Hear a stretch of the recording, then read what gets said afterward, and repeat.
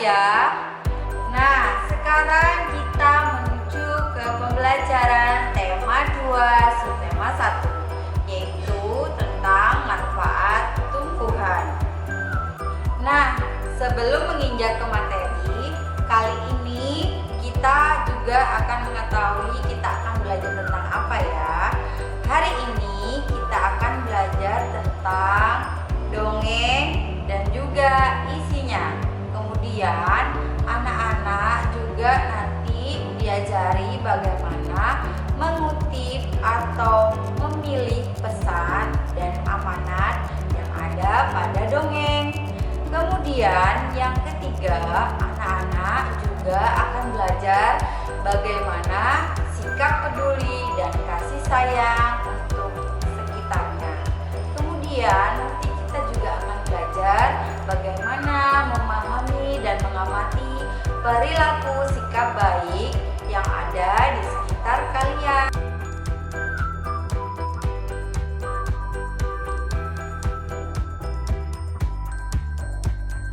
Anak-anakku, di tema 2 ini, subtema 1, anak-anak akan belajar bahasa Indonesia dan juga PPKN bersama Ustazah Manisha. Nah, di pembelajaran kali ini kita akan mengamati tentang beberapa manfaat tumbuhan dan juga mensyukuri karunia Tuhan Yang Maha Esa.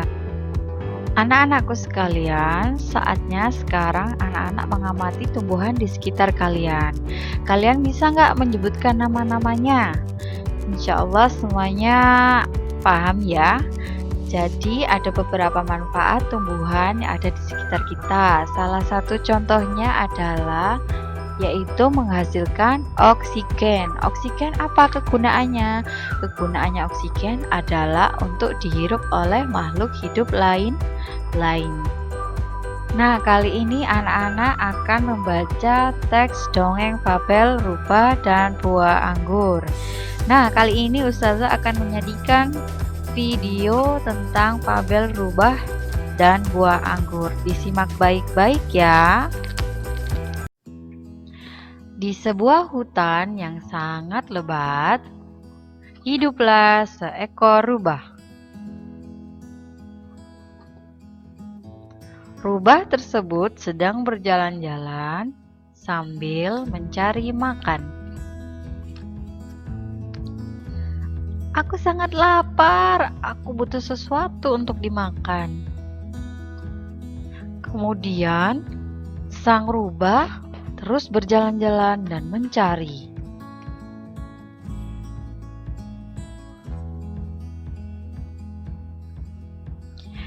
Dan rubah tersebut berjalan-jalan dan melewati padang rumput. Tapi dia tidak menemukan apapun.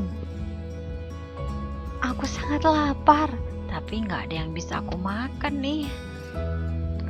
Kemudian setelah berjalan sebentar, dia mencium bau anggur yang sangat sedap. Wow, ada pohon anggur nih di padang rumput. Lezatnya. Gumam si rubah dalam hatinya. Dia meneteskan air liur saat melihat pohon anggur tersebut. Namun sayang, buah anggur itu tergantung pada dahan yang cukup tinggi. Sang rubah harus melompat untuk menggapai buah anggur itu. Saat pertama kali melompat, sang rubah tidak dapat mencapainya karena buah itu sangat tinggi. Kemudian, sang rubah mengambil ancang-ancang dan berlari sambil melompat. Akan tetapi, sang rubah masih juga tidak dapat mencapai buah anggur tersebut. Sang rubah mencoba untuk melompat terus, namun semua usaha yang ia lakukan sia-sia belaka. Kemudian dia duduk dan memandang buah anggur itu dengan rasa penasaran. Betapa bodohnya saya. Di sini saya terus mencoba untuk mengambil buah anggur yang kelihatannya tidak enak untuk dimakan. Ngapain juga aku susah-susah payah untuk mengambilnya? Aku kan tidak suka buah anggur, kata si rubah. Akhirnya, sang rubah lalu berjalan pergi dengan perasaan yang sangat kesal. Tiba-tiba, sang angin bertiup kencang dan beberapa buah anggur terjatuh. Tetapi, sang rubah telah berjalan menjauh. Nah, sudah tahu bukan? Sudah mengerti tadi jalan ceritanya rubah dan pohon anggur. Nah, tahukah kalian bahwa dongeng yang tadi kalian simak itu merupakan fabel? Apa itu fabel? Fabel adalah dongeng yang menceritakan kehidupan binatang. Tahu ya? Nah, fabel yang terkenal itu kira-kira apa aja ya? Ustazah berikan contohnya seperti dongeng kancil. Insya Allah anak-anak sudah mendengar semuanya kan? Pembelajaran kedua. Di pembelajaran yang kedua ini, anak-anak akan membaca cerita tentang pohon bambu dan bunga mawar. Nah, disimak video yang Ustazah sajikan berikut ini ya. Kisah bunga mawar dan pohon bambu. Di sebuah taman, terdapat taman mawar yang sedang berbunga. Mawar-mawar itu mengeluarkan aroma yang sangat harum. Dengan warna-warni yang cantik, banyak orang yang berhenti untuk memuji sang mawar. Tidak sedikit pengunjung taman meluangkan waktu untuk berfoto di depan ataupun di samping taman mawar. Bunga mawar memang memiliki daya tarik yang menawan. Semua orang suka mawar. Sementara itu, di sisi lain taman ada sekelompok pohon bambu yang tampak membosankan. Dari hari ke hari, bentuk pohon bambu yang begitu saja, tidak ada bunga yang mekar ataupun aroma wangi yang disukai banyak orang. Tidak ada orang yang memuji pohon bambu. Tidak ada orang yang mau berfoto di samping pohon bambu. Maka tak heran jika pohon bambu selalu cemburu saat melihat taman mawar dikerumuni banyak orang. Hai bunga mawar, Ujar sang bambu pada suatu hari. tahukah kau, aku selalu ingin sepertimu, berbunga dengan indah, memiliki aroma yang harum, dan selalu dipuji cantik. Lanjut sang bambu dengan nada yang sedih. Mawar yang mendengar hal itu tersenyum. Terima kasih atas pujian dan kejujuranmu, bambu. Ujar mawar. Tapi tahukah kau, aku sebenarnya iri denganmu. Sang bambu keheranan. Dia tidak tahu apa yang membuat mawar iri dengannya.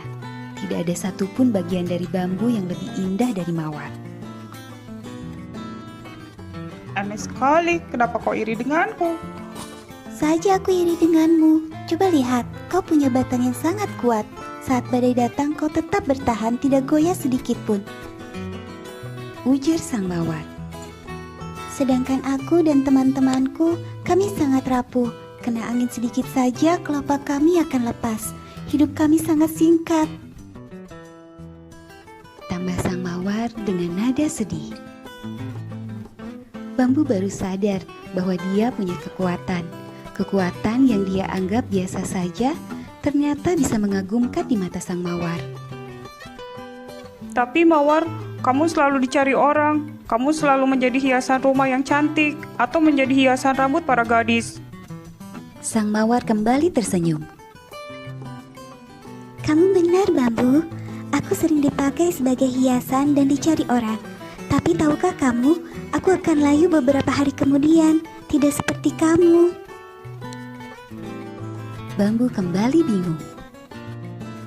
Aku tidak mengerti. Hah, bambu? Ujar sang mawar. Kamu tahu, manusia sering menggunakan dirimu sebagai alat untuk mengalirkan air. Kamu sangat berguna bagi tumbuhan yang lain.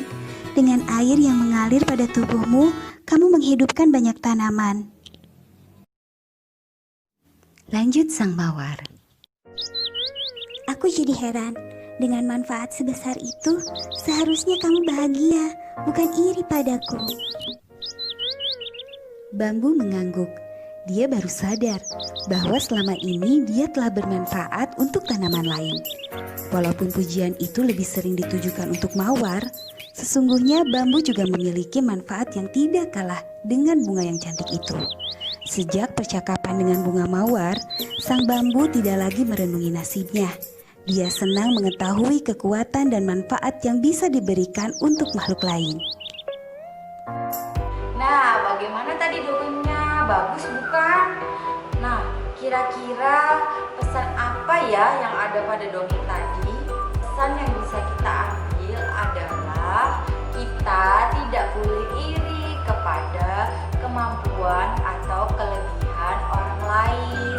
Jadi kita harus percaya diri dan yakin kepada diri sendiri bahwa setiap individu manusia maupun tumbuhan memiliki kemampuan masing-masing.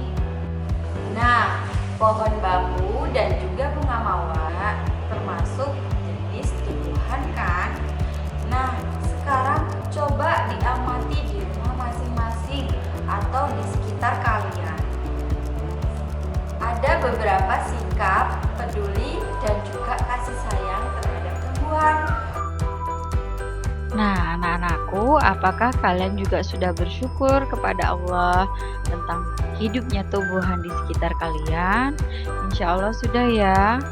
Sekarang, amatilah lingkungan sekitar kalian, kemudian tulislah bentuk sikap peduli dan kasih sayang terhadap tumbuhan yang ada di sekitar kalian. Minimal 2 cerita ya, atau 2 peristiwa yang menarik yang pernah kamu amati. Pembelajaran ketiga. Nah, di pembelajaran kali ini ada cerita yang disajikan tentang dongeng tumbuhan. Untuk mengetahuinya, anak-anak bisa membaca legenda bunga mawar di halaman 19. Legenda adalah salah satu jenis dongeng. Legenda ini adalah dongeng yang menceritakan asal-usul suatu kejadian atau suatu tempat. Contohnya, legenda yang sangat terkenal adalah legenda Danau Toba. Kemudian ada lagi legenda Tangkuban Perahu dan juga legenda Candi Prambanan. Pembelajaran keempat. Anak-anakku, di pembelajaran yang keempat ini kalian akan membaca dongeng Kisah Pohon yang Sombong. Disimak baik-baik ya cerita dongeng berikut ini. Suatu hari di sebuah hutan, ada sebatang pohon sangat besar yang tumbuh tepat sekali di pinggir hutan. Pohon tersebut berdaun sangat lebat dan sangat kokoh. Ia adalah satu-satunya pohon yang masih tersisa selama bertahun-tahun. Sementara pohon-pohon yang lainnya sudah mati karena kehujanan dan kepanasan. Karena hal itulah membuat pohon sangat sombong. Setiap kali penduduk hutan meminta bantuan kepadanya, ia selalu menolaknya. Pohon besar, matahari sungguh sangat menyengat. Bolehkah aku berteduh sebentar saja? Aku sudah kelelahan terbang, Ujar burung kenari. Sementara yang diajak berbicara hanya tertawa dengan congkak. Tidak, kenari. Jika kau hinggap di rantingku dan meninggalkan kotoranmu, itu akan membuatku terlihat kumal dan bau. Sebaiknya cepat kau pergi, kenari, ujar pohon besar dengan sombong. Kancil yang tidak berada jauh dari pohon besar mendengar percakapan mereka dan mendatanginya. Hei pohon besar, bagaimana rasanya kau berada di cuaca panas seperti ini? Tanya Kancil. Rasanya sangat sejuk, Cil. Aku mempunyai daun yang lebat sehingga aku tidak dapat merasakan panas. Aku pun mempunyai akar yang dapat menjangkau sungai sehingga aku tidak kehausan. Mau kemana, kocil? Jawab pohon besar sekaligus bertanya. Aku akan pergi ke hutan seberang, namun tiba-tiba kaki terkilir. Sakit sekali. Ujar kancil berpura-pura kesakitan karena terkilir. Pohon besar hanya terdiam dan tidak mempunyai niat untuk menolongnya. Pohon besar, bolehkah aku berlindung di sini sebentar saja? Tanya kancil. Tidak, Cil. Kau cari saja sana pohon yang lain. Ujarnya tegas. Mendengar hal tersebut membuat kancil sangat kesal. Ia pun langsung berjalan menuju hutan dan menemui ulat. Kancil meminta bantuan kepadanya untuk memberikan pelajaran kepada pohon besar sombong itu. Akhirnya, ulat pun memanggil teman-temannya dan langsung berbondong-bondong mendatangi pohon besar dan memakan dedaunan pohon besar itu. Sementara, pohon besar berteriak-teriak mengusir para ulat dari tubuhnya. Hei kalian, pergilah, jangan berani-beraninya memakan daunku. Ujar pohon besar berusaha mengusir mereka.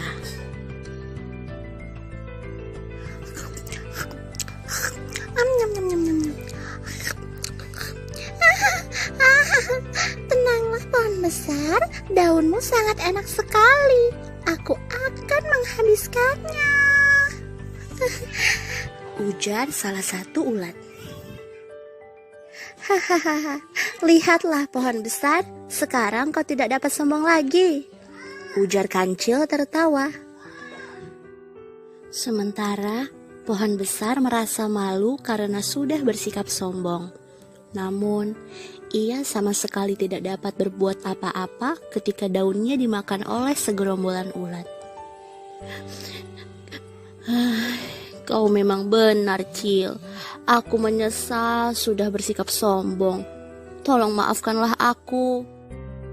Ujar pohon besar menyesal. Sejak saat itulah pohon besar berubah menjadi ramah kepada seluruh penghuni hutan. Banyak sekali binatang menyukainya karena pohon besar berubah menjadi sangat baik. Nah, sudah dibaca ya tadi. Anak-anakku, di pembelajaran kali ini kalian akan belajar tentang jenis-jenis tokoh. Jenis-jenis tokoh itu dibagi menjadi dua. Yang pertama, tokoh yang berwatak baik atau bisa disebut protagonis. Kemudian ada juga tokoh yang berwatak jahat yang biasanya kita sebut antagonis. Anak-anak, dari cerita si pohon besar yang sombong tadi, akhirnya kita tahu pohon besar tadi meminta maaf kepada kancil dan teman-temannya. Nah, Ustazah mau tahu nih, meminta maaf termasuk perbuatan baik bukan? Insya Allah kalian semua tahu ya bahwa meminta maaf itu termasuk ke perbuatan yang baik. Coba kalian amati di sekitar kalian.